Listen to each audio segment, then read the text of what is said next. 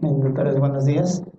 Siguiendo el cronograma, vamos a ver el día de hoy la parte de anatomía, parte de ciencias básicas, lo que es anatomía de cabeza y cuello. Ya vamos a ver en esta oportunidad la parte de osteología, de cabeza y cuello, músculos, vasos, nervios, grupos ganglionares, los triángulos del cuello, y adicionalmente vamos a completar lo que es meninges y sistema ventricular y lo que es pares craneales, ¿no? Que el doctor Cristian me comentó que no había hecho esa parte. Bien. Entonces, en la parte de huesos, vamos a recordar, el esqueleto de la cabeza está conformado por dos componentes, ¿no? O se divide de dos formas. Uno es el neurocráneo, y el otro es el esqueleto facial, ¿no? Esos son los dos componentes de los huesos de la cabeza, el neurocráneo y el esqueleto facial. El neurocráneo es lo que está formando propiamente lo que viene a ser la bóveda craneal, que viene a ser todo esto, ¿no? La bóveda craneal, o también llamada calota, bóveda craneal, y lo que viene a ser la base del cráneo, ¿no? Ese es el llamado neurocráneo. Es la bóveda, esto es la bóveda, acuérdense, bóveda craneal o calota, y la base del cráneo. Eso es lo que viene a ser el neurocráneo. Y el esqueleto facial es todos estos huesos irregulares que van a formar lo que se llama la cara, ¿no? Que viene a ser el esqueleto facial. Entonces todo ello viene a ser la cabeza, ¿no? La parte ósea de la cabeza. Entonces, en lo que viene a ser el cráneo, propiamente dicho, este está formado por los siguientes huesos. El cráneo, recuerden, está formado por huesos pares e impares. ¿Cuáles son los huesos pares? Parietal y temporal. Entonces ahí tenemos dos parietales y dos temporales.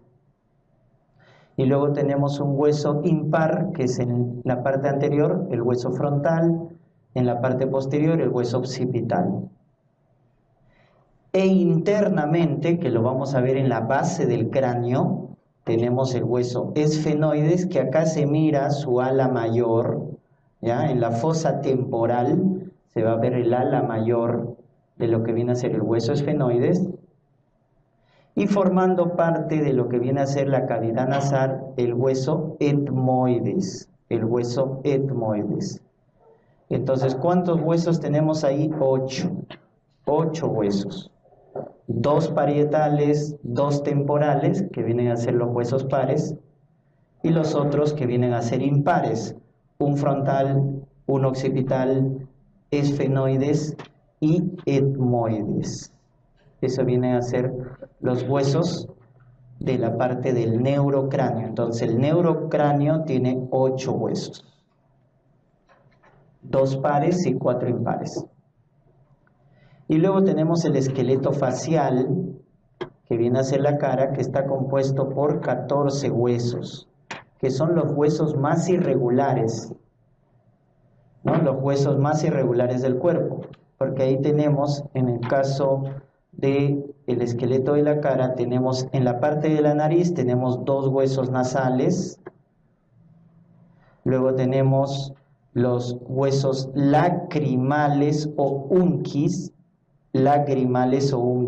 que son 2 huesos lagrimales o unquis. Luego los 2 huesos maxilares, recuerden que los 2 maxilares están unidos en la línea intermaxilar.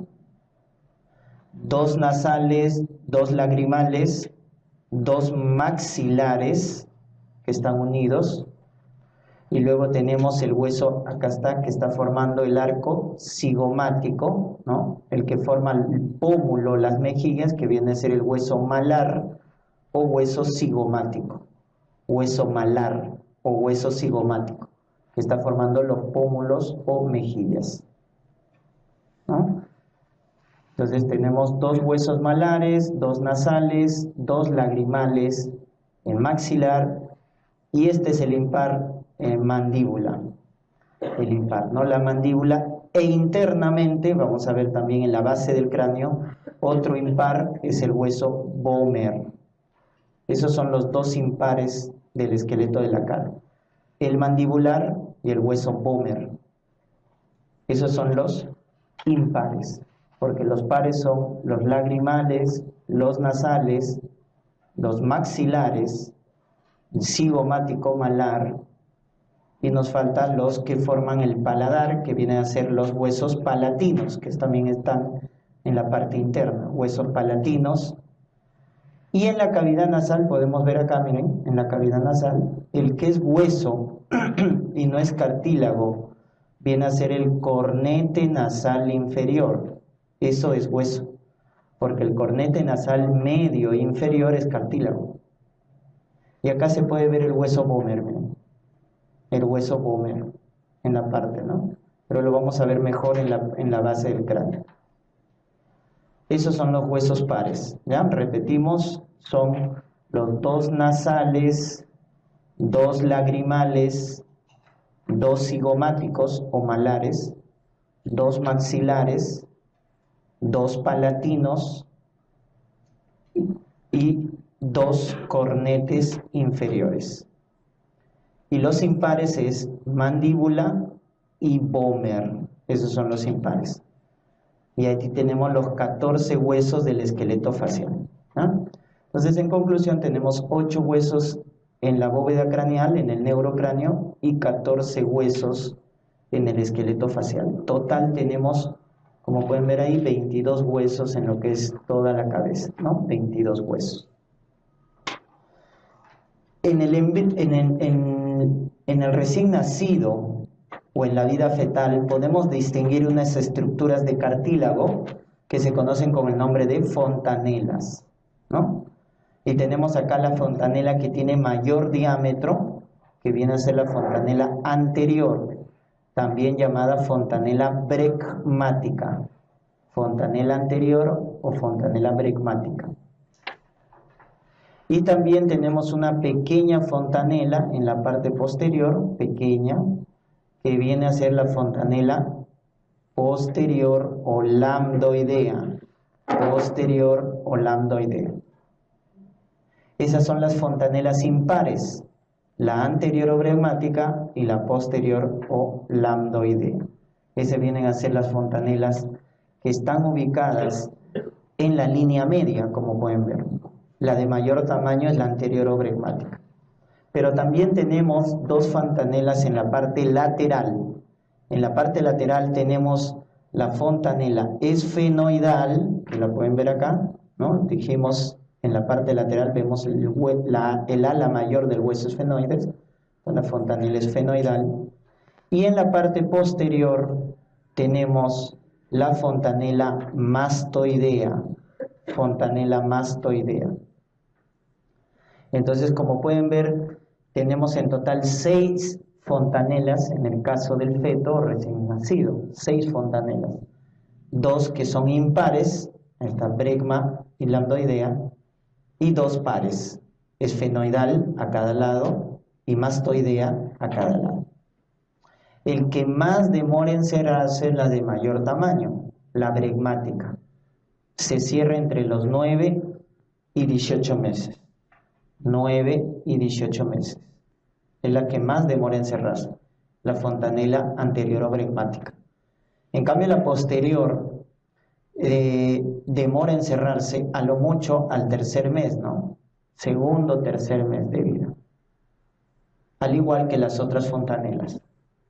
La que más tarda en cerrarse es la fontanela anterior o brecmática. Muy bien, luego tenemos algunos puntos de referencia. La parte más prominente en la parte anterior del esqueleto, que lo podemos ver también por acá, la parte más prominente que está en la raíz de la nariz, se conoce con el nombre de glabela.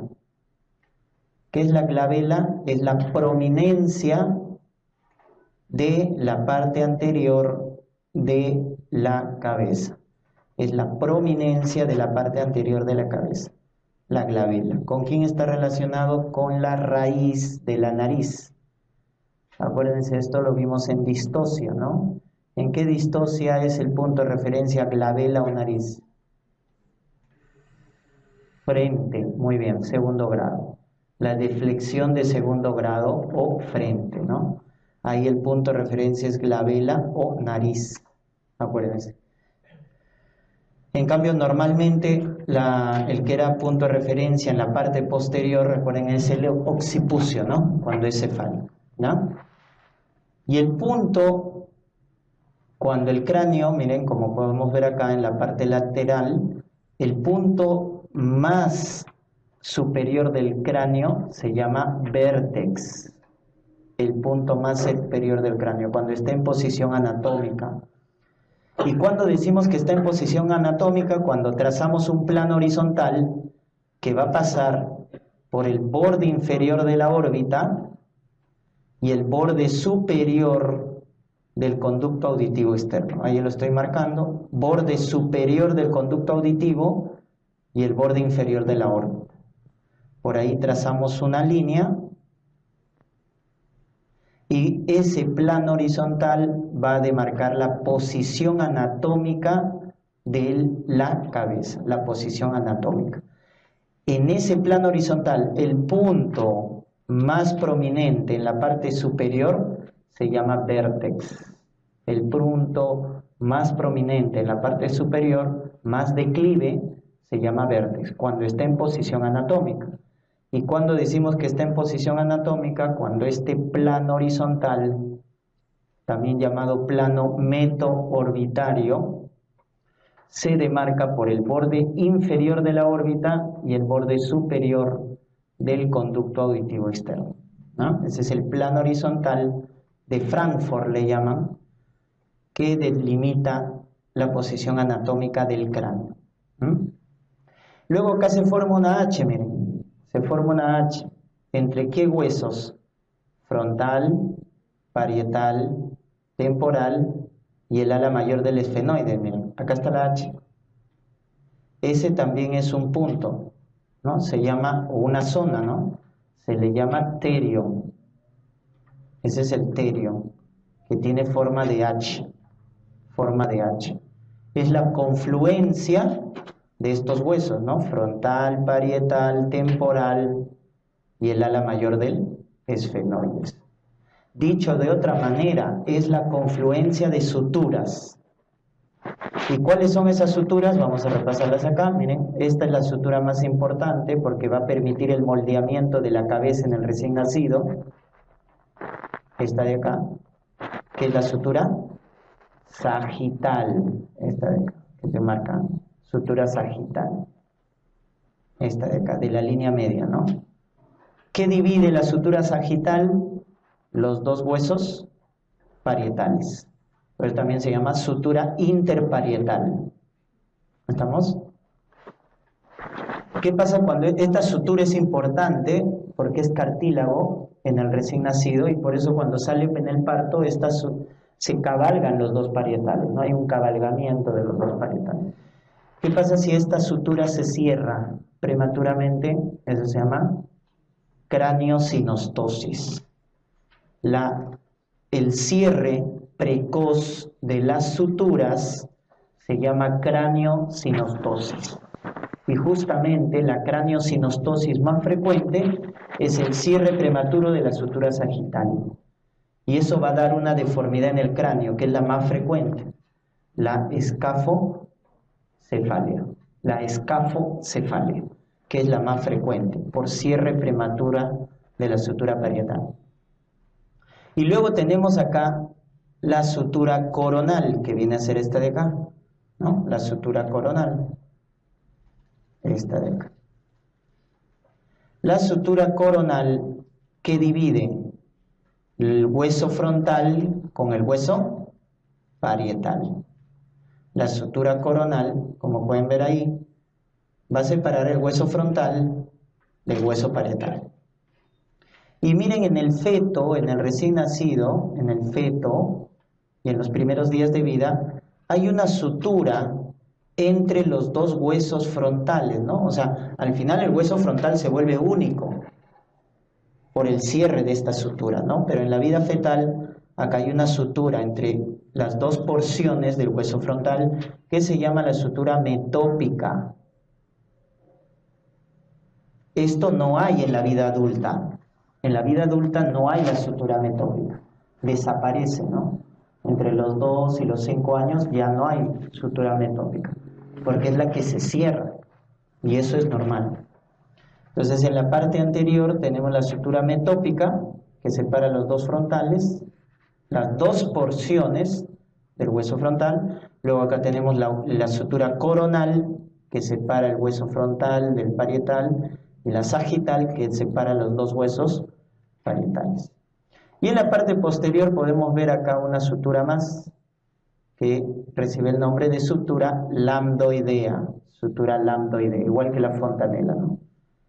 ¿Qué separa la sutura lambdoidea? El hueso parietal arriba, abajo el hueso temporal, del hueso occipital. La sutura lambdoidea separa el hueso parietal arriba, frontal abajo, del occipital. Esa es la sutura lambdoidea. Entonces tenemos esas suturas, ¿no? Nuevamente en esta vista lateral podemos ver acá, ¿quién será esta? La sutura coronal, ¿no? Coronal, la que separa el frontal del hueso parietal. Esta de acá, la sutura sagital, y esta la sutura lambdoidea, que arriba tenemos al parietal, abajo al temporal, y lo separa del occipital. Entonces esas son las suturas, ¿no? Entonces el terion, ¿qué es? ¿No? Si nos preguntaran el terion es la confluencia de suturas. Ustedes están viendo que ahí confluyen. ¿Qué suturas confluyen? La coronal, ahí está, la coronal, con la sutura que viene a ser esta de acá, con una sutura que es una sutura también primitiva entre el ala mayor del esfenoides y el hueso parietal, y el temporal con el esfenoides. Y ahí se forma una H. Se forma una H entre las suturas de estos huesos, del frontal, del parietal, del temporal y el ala mayor del esfenoides. Y en la parte posterior también podemos ver otra confluencia de suturas, ¿no? Nuevamente, miren qué huesos: parietal, temporal, la apófisis mastoides. Miren, acá está la apófisis mastoides, donde se va a insertar el esternocleidomastoideo. Acá se inserta el esternocleidomastoideo, porque se inserta en la apófisis mastoides del hueso temporal. Entonces, parietal, temporal y el occipital. Esa es la confluencia de suturas que tiene forma de estrella, una forma de estrella. Es el llamado asterium. El llamado asterium. Ya está. Entonces, el terion es un punto en la parte anterior, forma de H, confluencia del hueso frontal, parietal, temporal y ala mayor del esfenoides. Y el asterium, forma de estrella, es la confluencia de las suturas del parietal, temporal y occipital. ¿No? Entonces tenemos esos puntos, terion, asterion, y en la parte más superior, el vértex. En la parte más superior, el vértex. Muy bien. Como habíamos mencionado, una estructura que da prominencia al esqueleto óseo es el pómulo o mejilla, ¿no? Que está formado por dos huesos, el hueso malar o cigomático y la apófisis cigomática del hueso temporal. Entonces acá se forma un arco, ¿ah? Se forma un arco. Ese arco se llama justamente el arco cigomático. ¿Quién forma el arco cigomático? El arco cigomático lo va a formar el hueso malar y la apófisis cigomática del hueso temporal.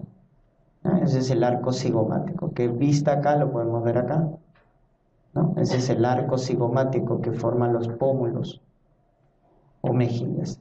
Está formado por el hueso malar, ¿no? Y la apófisis cigomática del hueso temporal atrás, y eso forma el arco cigomático. El malar y el temporal forman el arco cigomático. ¿Estamos? Muy bien, eso con respecto entonces a la parte ósea de lo que viene a ser la cabeza. Pero la parte blanda de la cabeza es el cuero cabelludo. Esta es la parte blanda, ¿no? Que tiene 5 capas. Este es el esquema del Moore, que tiene 5 capas, ¿no? De afuera hacia adentro, la primera capa es la piel, que es avascular. Luego tenemos el tejido conectivo laxo, que es la segunda capa, ¿no? Tejido conectivo. Tercero es la aponeurosis epicraniana, aponeurosis epicraniana, que es donde se insertan los músculos de la bóveda craneal. Cuarta capa nuevamente es el tejido conectivo, y la quinta capa que viene a ser ya la calota propiamente dicho, o también llamada diploe, ¿no? Calota o diploe, que es la parte ósea. ¿Por qué capa está pasando? Entonces son 5 capas: piel, tejido conectivo, aponeurosis, tejido conectivo y la parte ósea, que es el diploe.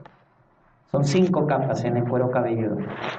¿Por qué capa están pasando los vasos, las arterias, venas y también nervios? Por la segunda capa, por el tejido conectivo que tenemos acá.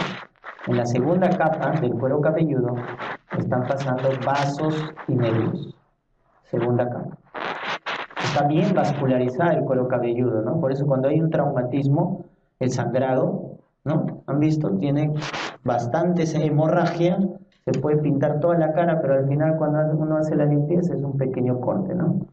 ¿Por qué? Porque está bien vascularizado. Es la segunda capa, por donde pasan los vasos y los nervios, y tiene también buena sensibilidad.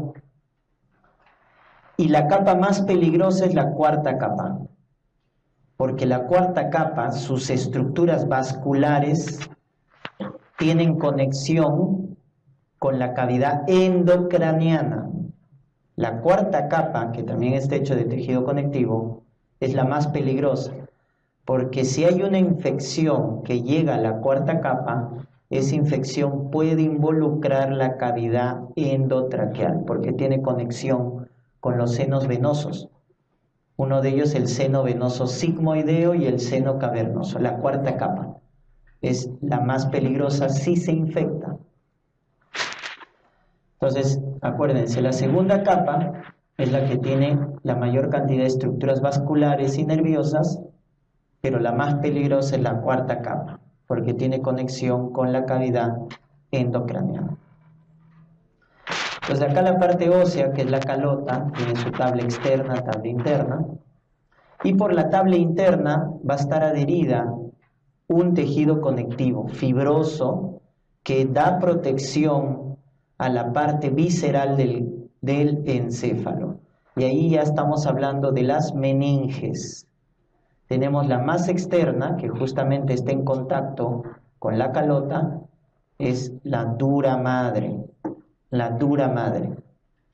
Luego tenemos la media, la aracnoides, y la que está en más conexión, en la parte más interna, la que está cubriendo pegadita al encéfalo, la pía madre.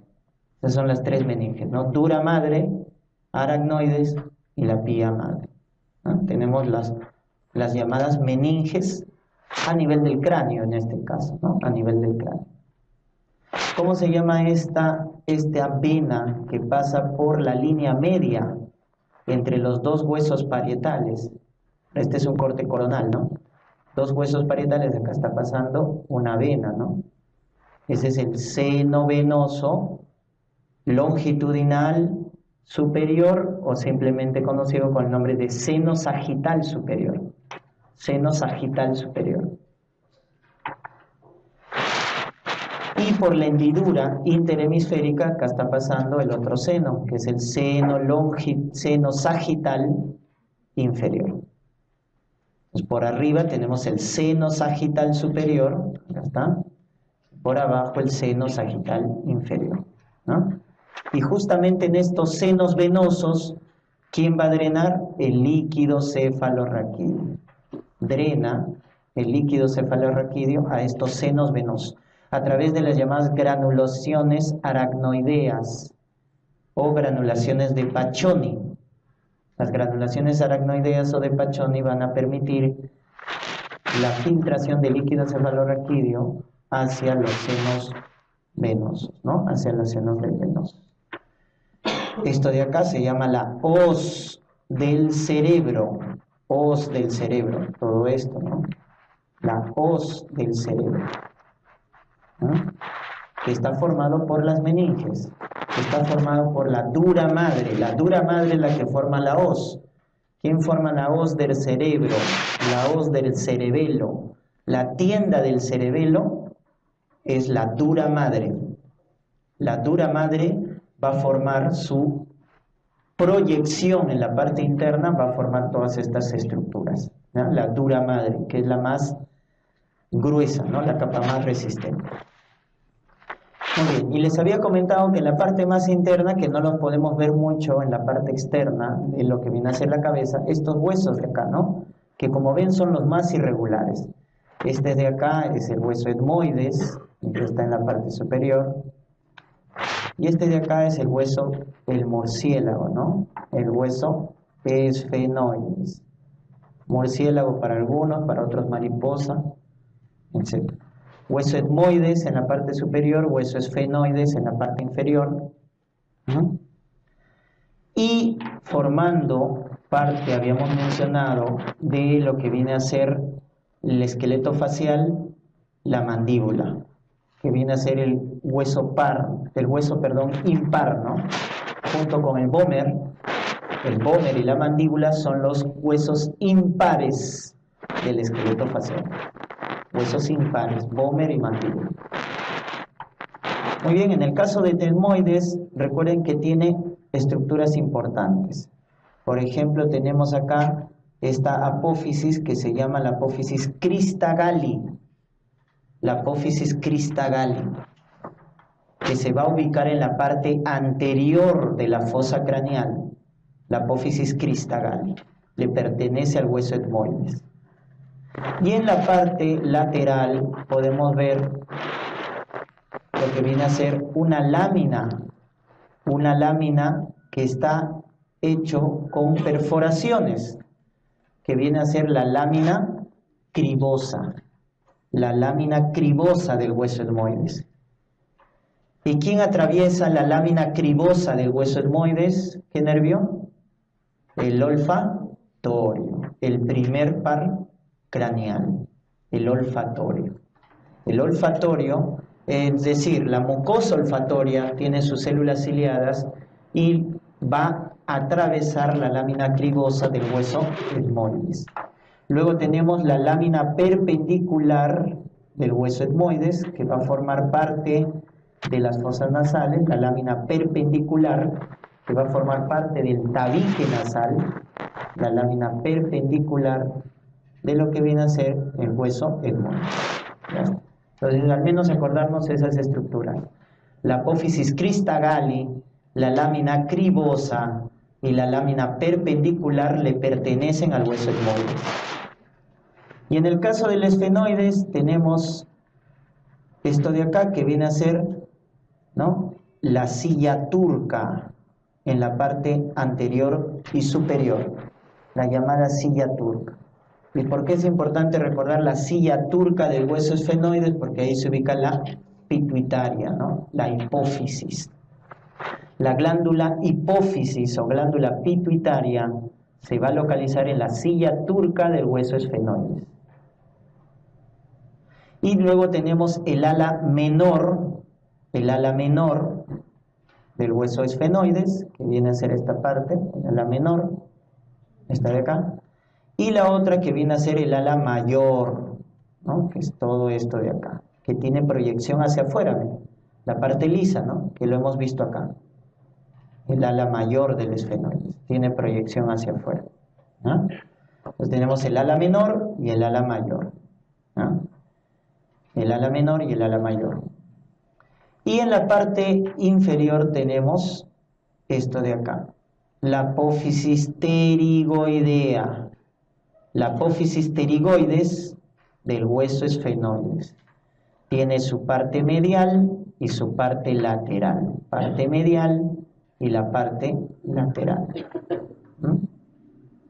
La apófisis pterigoide, entonces, del hueso esfenoides, tiene su parte lateral y medial. Muy bien. Que va a formar parte, recuerden, la apófisis pterigoides, justo con el vómer, va a formar unas estructuras que se llaman las coanas, ¿no? La pared lateral de las coanas lo está formando la apófisis pterigoides del hueso esfenoide, ¿no? Muy bien, entonces acordarnos de esfenoides, la silla turca donde se aloja la hipófisis, ala menor, ala mayor y la apófisis pterigoidea. Ese es del hueso esfenoides, del hueso esfenoides. ¿Estamos? Muy bien. Luego tenemos la mandíbula. En la mandíbula tenemos también dos apófisis. En la parte anterior, la apófisis coronoides, y esta es la más importante, la apófisis condylea, en la parte posterior. ¿Por qué? Porque la apófisis condylea es la que va a formar la articulación temporomandibular, ¿no? La apófisis condylea va a formar la articulación temporomandibular, que viene a ser una articulación sinovial de tipo diartrodia. Acuérdense, las articulaciones se clasifican en tres tipos: las que no tienen movimiento, como las suturas, sin artrosis; las que tienen poco movimiento, como la sínfisis púbica, anfiartrosis. Nada de movimiento, sin artrosis; poco movimiento, anfiartrosis. Y las que tienen mucho movimiento, diartrosis. Esa es la articulación temporomandibular. Es una diartrosis sinovial. ¿De qué tipo? Bisagra. Tipo bisagra es la articulación temporomandibular. Está reforzada por ligamentos. El más importante es el ligamento interno, intrínseco, llamado también con el mismo nombre, temporomandibular, que se ubica en la parte posterior de la articulación. El ligamento temporomandibular es un ligamento intrínseco, es el más importante, y está ubicado en la parte posterior. Por eso, cuando hay luxación de la articulación temporomandibular, ¿cuál es la luxación más frecuente? Anterior. ¿Por qué? Porque este ligamento evita el desplazamiento posterior de la articulación, evita que el cóndilo se vaya hacia atrás, y la luxación más frecuente es la parte anterior. Entonces, este ligamento es importante, el ligamento interno temporomandibular, que se ubica en la parte posterior. Por eso la luxación más frecuente es anterior. ¿Ah? Ese es el dato. Y también tiene ligamentos externos. ¿Ah? Tiene dos ligamentos externos o extrínsecos. El más importante es el esfenomandibular. Ese es el ligamento más importante, externo, esfenomandibular. Y el otro, de menos importancia, el estilomandibular. ¿Ah?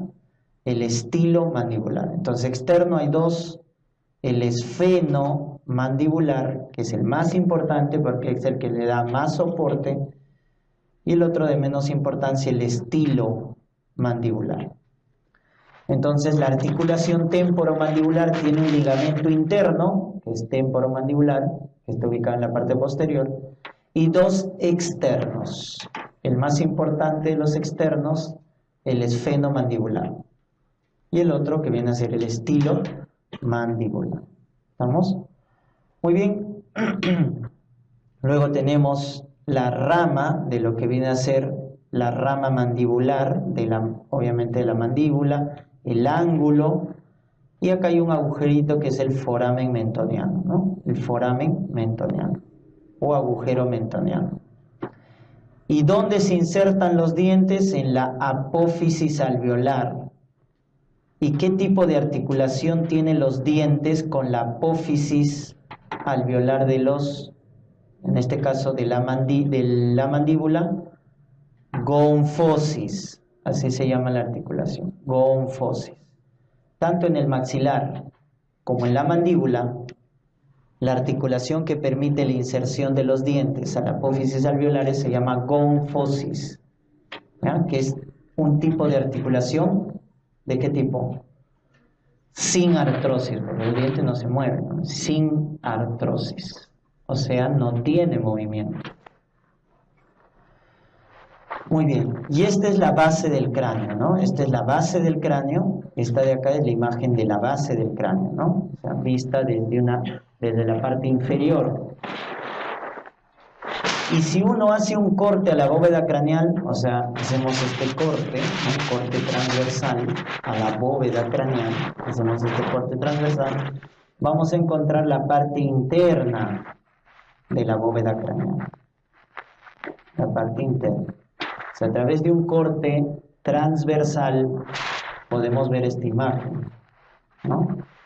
Que nos va a permitir identificar tres fosas, porque dentro de la bóveda craneal tenemos tres fosas: la fosa anterior, la fosa media y la fosa posterior, o también llamada escalones: escalón anterior, escalón medio y escalón posterior, o fosas. Pero si vemos al cráneo desde una vista inferior, vamos a ver esto de acá, la base del cráneo, ¿no? La base del cráneo, donde podemos identificar esta bóveda, la bóveda palatina, que la podemos ver acá, o en esta imagen, ¿no? Que está formado por dos huesos. Los huesos palatinos, que son estos de acá, la llamada lámina horizontal de los huesos palatinos, son estos dos, que acá lo podemos ver de un color diferente. ¿Ven? Acá está la lámina horizontal de los huesos palatinos. Entonces los huesos palatinos son importantes porque forman tres estructuras. Una, el paladar. ¿Qué paladar será este? El paladar duro, porque es el óseo. También forman parte de las fosas nasales y también forman parte de la cavidad orbitaria. Entonces los huesos palatinos forman parte de tres estructuras: la bóveda palatina, el paladar duro, las fosas nasales y la cavidad orbitaria. Y en la parte anterior del paladar óseo podemos ver esto de acá, que viene a ser el proceso o apófisis palatina de los huesos maxilares, que vienen a ser estos dos, que lo podemos ver acá, la apófisis palatina de los huesos maxilares. Y eso viene a ser el paladar óseo o bóveda palatina. Entonces, ¿quién forma el paladar óseo? La lámina horizontal de los huesos palatinos, a cada lado, y la apófisis palatina de los huesos maxilares. Y podemos ver dos agujeritos en el paladar, en la parte anterior, más anterior, acá vemos un primer agujero, que es la llamada fosa incisiva, ¿no? De los dientes incisivos, fosa incisiva. Y en la parte posterior, este agujero de acá, que viene a ser el orificio palatino, mayor y menor. Si se dan cuenta, hay uno grande y uno pequeño. Es el orificio palatino mayor y orificio palatino menor. Y en la parte anterior viene a ser la fosa incisiva. Entonces, esa es la parte de la bóveda palatina, ¿no?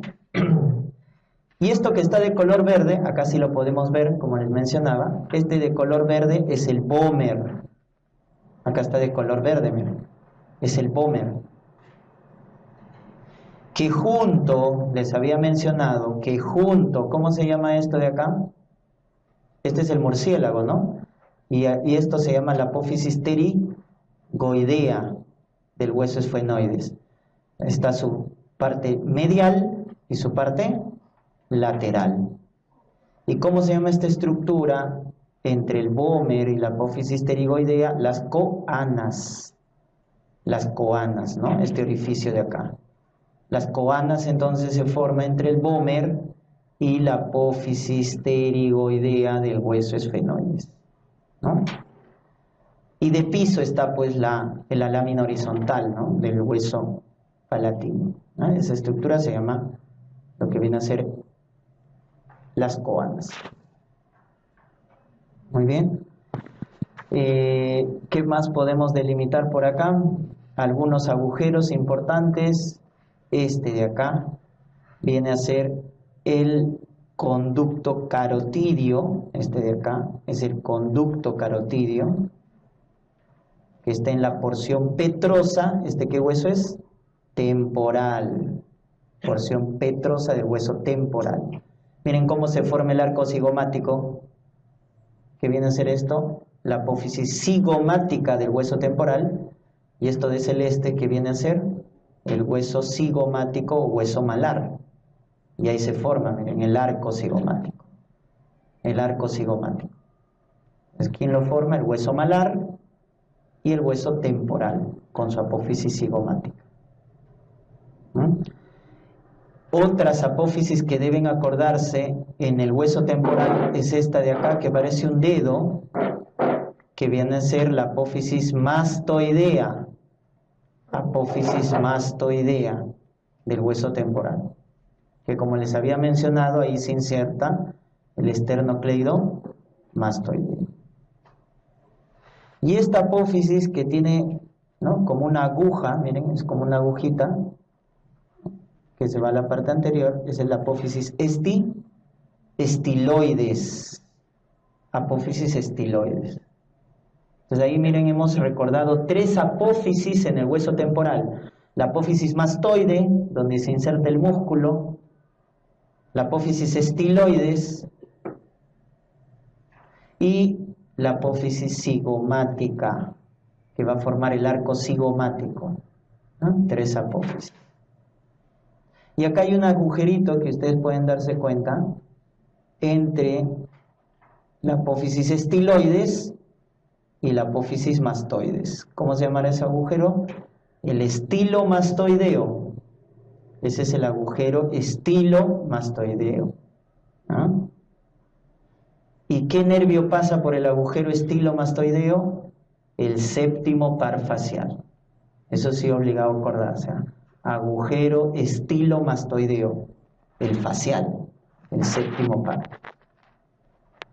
Al costadito del estilomastoideo, miren, a su derecha, ¿no?, viendo desde esta vista, a su derecha la parte, va a estar el conducto auditivo externo.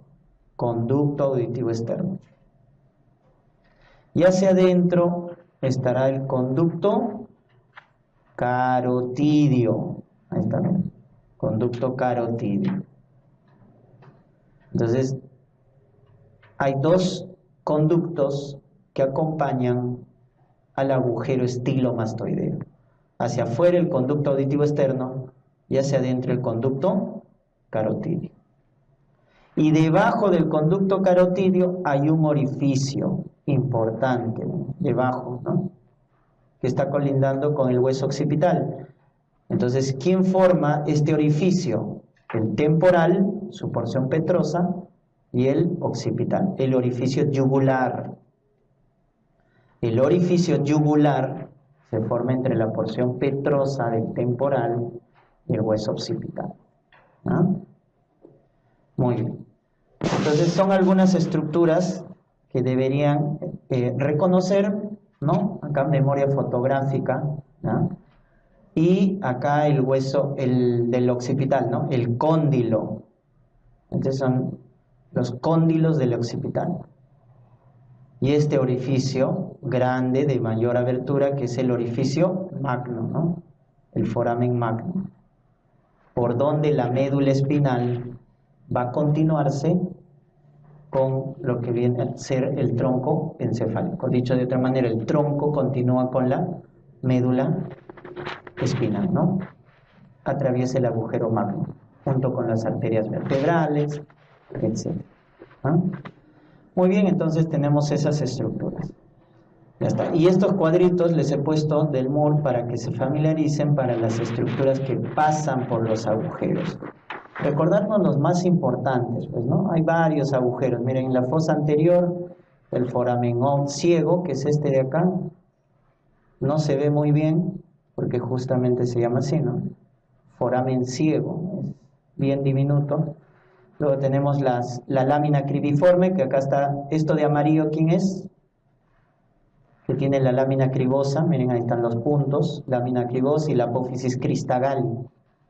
El amarillo es el hueso etmoides, porque tiene la lámina cribosa, miren esos puntitos. ¿No? Y en la parte superior hay un punto mayor, que justamente es el foramen cribiforme, ¿no? O acá está, el foramen etmoide, anterior y posterior. Acá hay uno anterior, posterior. Bueno, no tiene mucha importancia. Acuérdense, lámina cribosa y la apófisis cristagalis es del hueso etmoides. El de verde es el hueso frontal. En el hueso frontal está el agujero ciego. Y el de amarillo es el hueso etmoides. Ahí está la lámina cribosa, los forames etmoidales, pues obviamente, ¿no? Anterior y posterior. Y acá sí vienen algunos agujeros importantes en la parte media, ¿no? Por ejemplo, acá está el agujero óptico, que está señalado con el número 1. Este es el agujero óptico. Acá está. Agujero óptico. ¿Qué pasa por el agujero conducto óptico? Que uno lo ve mejor en la cavidad orbitaria. Recuerden, cavidad orbitaria lo vamos a hacer en oftalmo. Cavidad nasal lo vamos a hacer en otorrino. ¿No? Entonces esas estructuras no vamos a ver. ¿No? Entonces el conducto óptico, que lo estamos señalando acá con el número 1, por ahí pasa, ahí está el nervio óptico, que es el primer par craneal, y la arteria oftálmica, que es rama de ¿quién? De la carótida interna. La arteria oftálmica es rama de la carótida interna. Ya está. Entonces, por el conducto óptico pasa el primer par y la arteria oftálmica, rama de la carótida interna. Abajito de lo que viene a ser el conducto óptico, está señalado con el número 2, viene a ser la fisura orbitaria superior, el 2. Fisura orbitaria superior. ¿Ah? Por esta fisura, llamada orbitaria superior, están pasando las venas oftálmicas y está pasando el nervio oftálmico, es decir, la rama del quinto 1, nervio oftálmico, quinto 1. Y también está pasando las fibras de lo que viene a ser el tercero, el cuarto y el sexto, o sea, las fibras de los músculos, de los nervios, perdón, que van hacia los músculos oculares, ¿no? El tercero, el motor ocular común, el cuarto, el patético, y el sexto, que es el motor ocular externo, ¿no? Que da inervación al recto lateral. Entonces, esta fisura orbitaria superior pasan las venas oftálmicas, el quinto 1, y las fibras de los oculomotores. Acá está el número 3. En el número 3 está el foramen redondo mayor. El redondo mayor. ¿Qué pasa por el redondo mayor? Seguimos bajando. El quinto 2. El quinto 2, es decir, el nervio maxilar. La rama maxilar del quinto 2. Entonces, por la fisura orbitaria superior estaba el quinto 1, redondo mayor, el quinto 2. Seguimos bajando, acá está el 4, este de acá, miren, que está de color blanco. Este agujero es el agujero oval, foramen oval. Seguimos bajando. ¿Quién pasa por ahí? El quinto 3, la rama mandibular del trigémino, el quinto 3.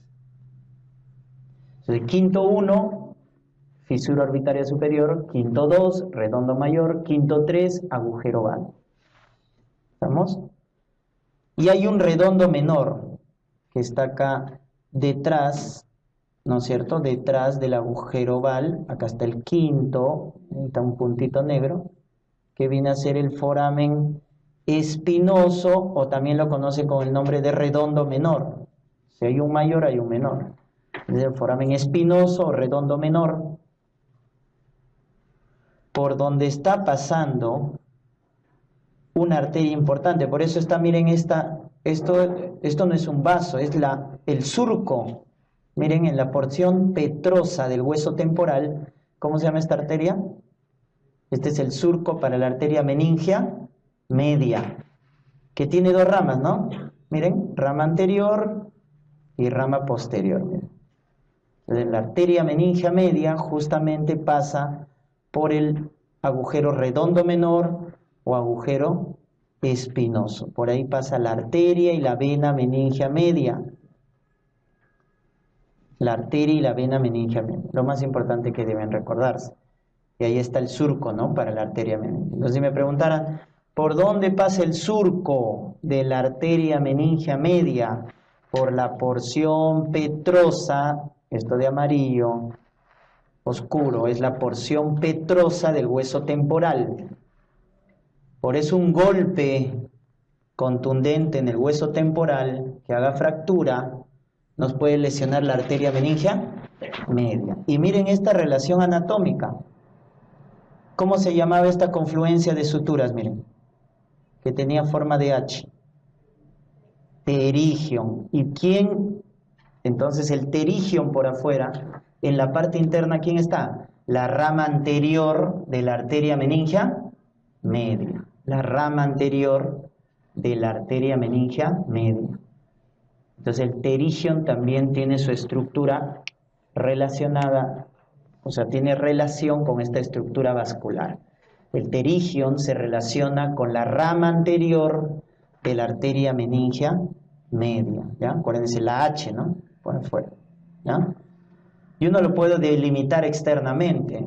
Demarca el arco cigomático, 2 traveses de dedo por encima del arco cigomático y un través de dedo posterior de la cavidad orbitaria, y ahí está ubicado lo que viene a ser el pterigion.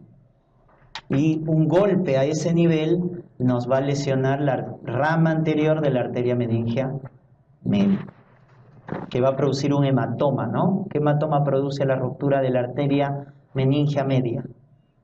¿Epidural, subdural? Epidural. El hematoma epidural se produce por la rotura de la arteria meningea media. Porque ¿dónde está pasando la arteria meningea media? Entre el hueso, ahí está su surco, ahí está en el hueso y la dura madre. Entonces está por encima de la dura madre, ¿no? Entonces forma un hematoma epidural, la rotura de la arteria meningea media, ¿no? Muy bien, luego tenemos en la parte posterior, esto de acá es el conducto carotidio, que ya habíamos, perdón, este es el conducto auditivo interno, ¿ya? Esto de acá es el conducto auditivo interno. Esto de acá es el agujero o foramen yugular, acuérdense. ¿Quién forma el orificio yugular? El occipital y la porción petrosa del hueso temporal. ¿Está? El agujero yugular. ¿Y qué pasa por el agujero yugular? Ahí está. Miren qué nervios pasa. El noveno, el 10º y el 11. Noveno, 10º y 11. Entonces pasa el glosofaringio, pasa el vago y pasa el espinal. Y también pasa la vena yugular interna, ¿no? Que es la más importante. La vena yugular interna.